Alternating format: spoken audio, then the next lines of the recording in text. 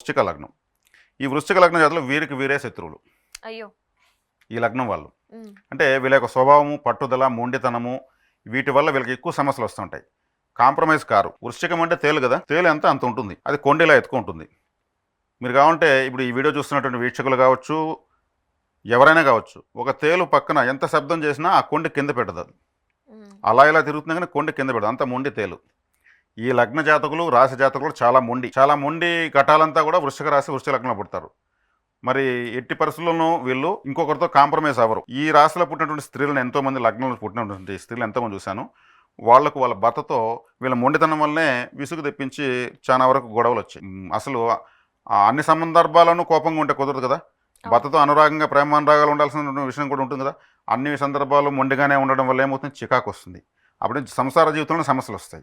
కాబట్టి అంత మొండితనం పనికిరాదు. అందుకే వీళ్ళే శత్రులు అంటారు. వీళ్ళు ఎక్కడ జలాధిక్యత ఉంటే, అంటే జలాధిక్యత అంటే సముద్రాలు, నదులు, తీరాల్లో ఆలయాలు ఉంటే ఆ ఆలయానికి వెళ్ళి రావడం వల్ల వీళ్ళకు జాతకం బలపడుతుంది. అంటే వృశ్చిక లగ్నానికి అధిష్టాన దైవము 6వ ఇంటి కూడా అధిపతి కూడా కుజుడే అవుతాడు. 6వ ఇంటికి అధిపతి కుజుడు, లగ్నానికి అధిపతి కుజుడే. కుజుడికి అధిష్టాన దైవం సుబ్రహ్మణ్య స్వామి. సుబ్రహ్మణ్య స్వామి జలం పక్కన ఎక్కడున్నాడు అంటే సముద్ర తీరంలో కానీ నదీ తీరంలో కానీ తిరుచెందూరులో ఉన్నాడు. తమిళనాడు తిరుచెందూరులో. తిరుచెందూరు సుబ్రహ్మణ్య ఆలయము దాన్ని ఏమంటారంటే ధైర్య, వీర్య, విజయస్థానం అంటారు. అంటే బలాన్ని, ధైర్యాన్ని, విజయాలను సమస్తము ఇచ్చేటువంటి ఆలయం అది. సుబ్రహ్మణ్యం స్వామి ఆలయం ఎక్కడున్నా కొండపైన ఉంటుంది.